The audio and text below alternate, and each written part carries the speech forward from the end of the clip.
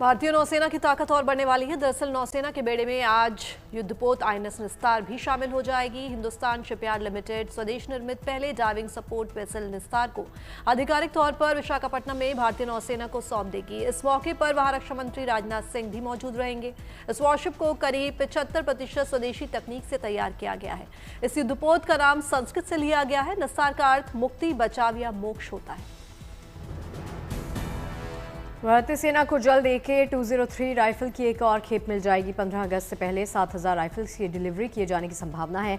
इसे अमेठी के Indo Russian rifle private limited बना रही है। ये AK-203 राइफल एक सीरीज का आधुनिक वर्जन भी है। भारत की सर्विस शिप INS संधायक मलेशिया पहुंची, जहां उसका जोरदार स्वागत किया गया। भारत से किसी हाइड्रोग्राफिक पोत की पहली मलेशिया यात्रा है। भारतीय नौसेना की ये जल सर्वेक्षण पोत INS संधायक जब मलेशिया के पोर्ट क्लैंग बंदरगाह पहुंची तो रॉयल मलेशियाई नौसेना ने उसका गर्मजोशी के साथ स्वागत किया। ये हाइड्रोग्राफिक पोत 19 जुलाई तक वहां की रॉयल मलेशियन नेवी के साथ अलग अलग कार्यक्रमों में हिस्सा लेगी। मौसम की चुनौतियों के बीच में अमरनाथ यात्रा रुकी थी, वो एक बार फिर से जोश और उत्साह के साथ शुरू कर दी गई। नुनवान और बालटाल बेस कैंप से श्रद्धालुओं का जत्था बाबा बर्फानी के जय जयकार करते हुए आगे निकल चुका है। अब तक 2.5 लाख से ज्यादा भक्तों ने बाबा के दर्शन किए हैं। साथ ही श्रद्धालुओं ने बम बम भोले हर हर महादेव के जयकारे भी लगाए। और अब आपको लेकर चलते हैं रामनगरी अयोध्या। चूंकि सावन का पावन महीना चल रहा है, राम मंदिर के दर्शन के लिए भक्तों का मेला अयोध्या में लगा है। ऐसे में श्रद्धालुओं की सुगमता के लिए यहाँ QR कोड लगाया गया है, जिसे स्कैन करके भक्त रामनगरी के सभी मंदिरों और घाटों के दर्शन कर सकेंगे। इसके लिए अब उन्हें किसी गाइड की भी जरूरत नहीं महसूस होगी, यानी एक कोड स्कैन करके पूरी रामनगरी का ब्यौरा उन्हें मिल जाएगा। किन मंदिरों के दर्शन करने हैं, कौन सा स्थान घूमने लायक है, सब कुछ बस एक स्कैन से हो जाएगा। कांवड़ यात्रा के बीच में यूपी की हापुड़ पुलिस ने अनूठा सेवा भाव दिखाया, जिसकी काफी चर्चा है।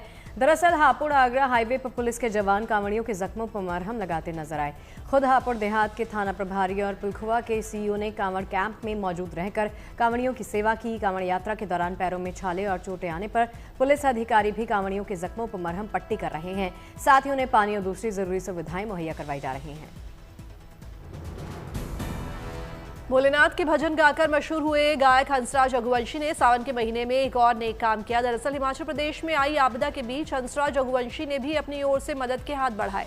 उन्होंने आपदा में घर घर गंवा चुके पीड़ितों को 11 लाख रुपए की मदद की। हंसराज और उनकी पत्नी ने खुद मंडी के सराज पहुंचकर ये चेक बांटे, साथ ही आगे भी मदद का भरोसा दिया।